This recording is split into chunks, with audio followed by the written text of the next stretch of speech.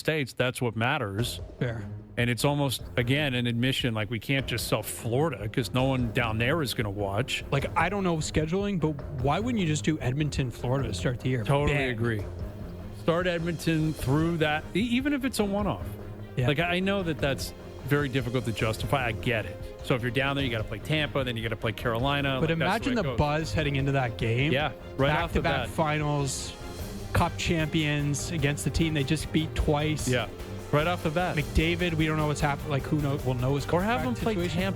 Tampa. Have like a major rival. Yeah, and if you want to get those other teams in there, have Philly play Boston or New York play Boston. Mm-hmm. Like, Chicago, Florida. Like, Well, come on. Chicago, like the Bedard conversation this year is going to be fascinating for me. So many different ways. Yeah, like he's got to have a great season.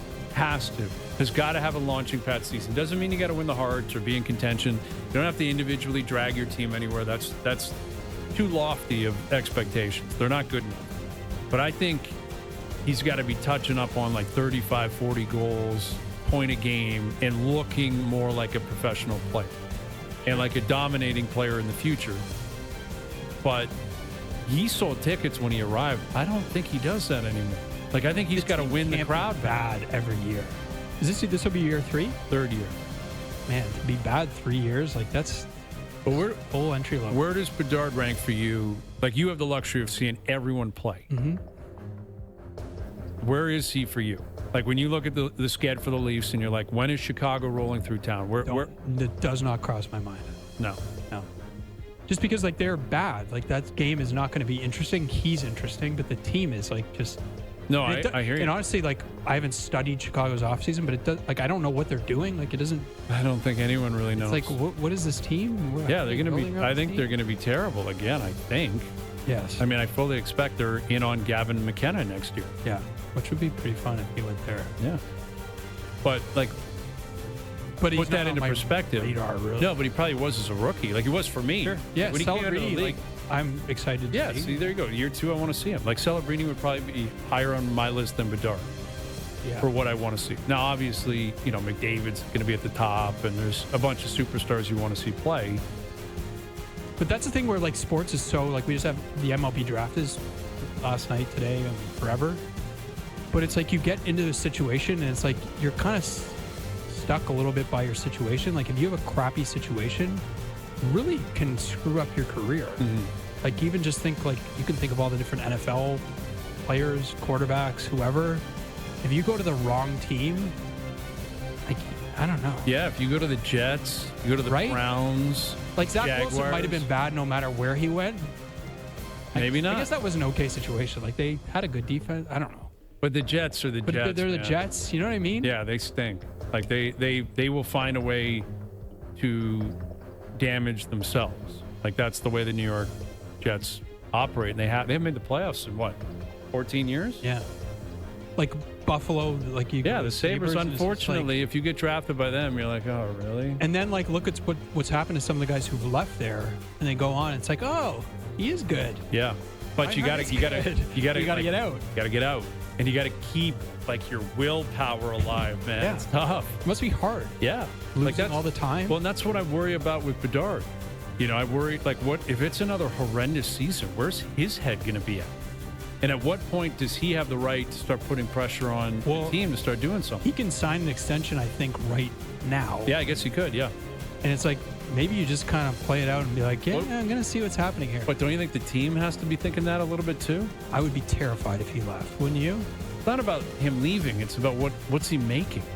Like through 2 years, I don't know how he's been good. He's been very good at times. But I'm just thinking, like, we have Steve coming up. I'm thinking, like, watching Mike Trout now.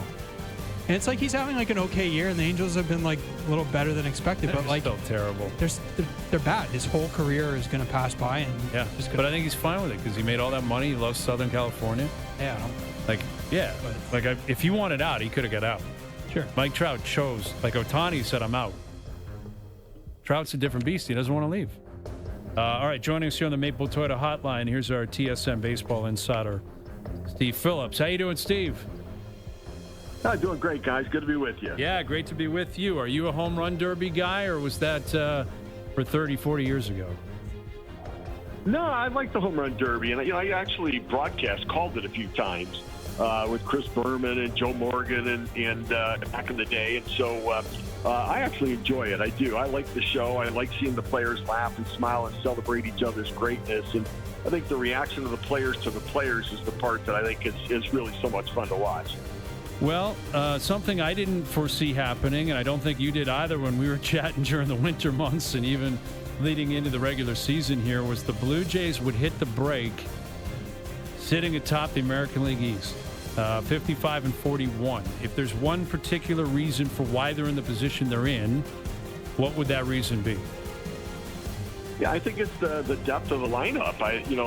They out of nowhere, you get Ernie Clement and Addison Barger and, Alejandro Kirk put together an amazing offensive season. And, then Nathan Lucas comes up with hits and Springer in a major bounce back season. I mean, I don't think any of those could necessarily have been anticipated. I mean, you hoped that they would all be better, but I think they've gotten even more production than I think they even anticipated right now. And, it's made up for the fact that Vladdy's not quite been his best. Okay, we dropped them. We're having a tough time here with Steve. It was late getting them, and we'll see if we can get them back.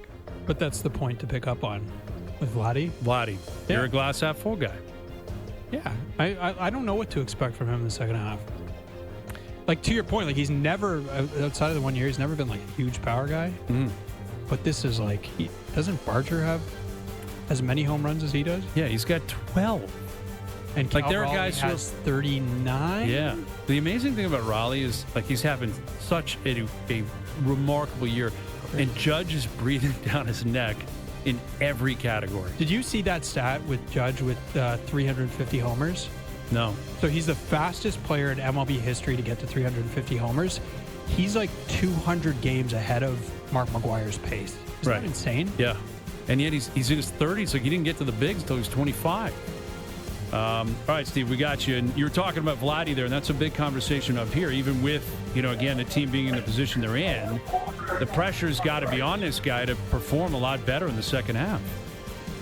Yeah, it does, because at some point you have to expect regression toward the mean for some of the other guys. Right? They're going to fall back a little bit. The league's going to make an adjustment. And that's when Vladdy's going to have to put the team on his shoulders. You get $500 million. You got to carry the team for, you got to be the one leading the way, and then, other guys would piggyback on top of what you're doing. And Bichette too, for that matter. He's in the walk year of the deal. He needs to hit for more power and give them that. And if those two guys can become, their best, then I think it takes so much pressure off everybody else. And I think that it can sustain this winning streak.